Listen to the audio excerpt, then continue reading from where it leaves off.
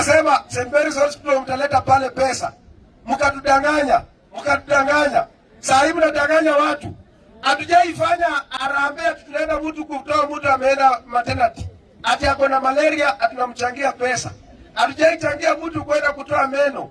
Hatujaichangia mtu pesa ati kichwa inamuuma. Sisi Wakenya ambao wako na shida ni mambo ya inpatient.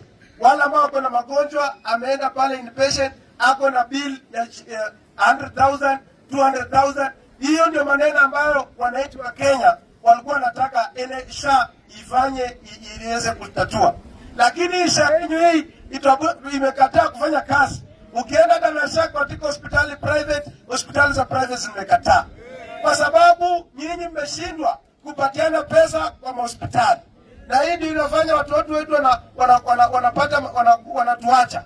Mimi nataka niulize wewe na rais wa Kenya.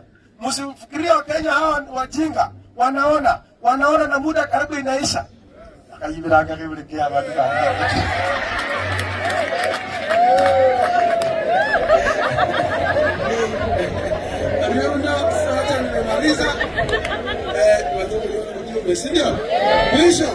watu